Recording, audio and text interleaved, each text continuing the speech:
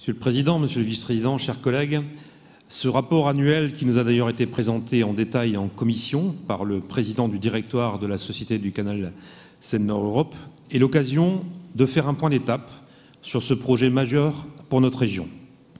Très clairement, en faisant le choix courageux de transformer la société en établissement public local, notre président de région a permis de sécuriser la réalisation du canal dans un calendrier qui est désormais parfaitement maîtrisé. À travers le contenu du rapport et des propos tenus en commission, nous constatons ainsi que le canal Seine-Nord Europe est passé dans la phase opérationnelle avec le creusement qui commencera d'ailleurs dès l'année prochaine.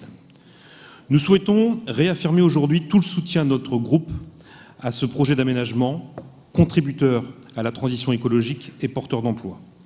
Le canal Seine-Nord Europe permettra, on le sait, de relier le bassin de la Seine aux grandes voies fluviales du nord de notre région et de l'Europe. Son grand gabarit permettra d'accueillir des convois qui représentent jusque 220 camions. Il contribuera donc bien à la transition écologique, car la voie d'eau émet 2 à 3 fois moins de CO2 que la route.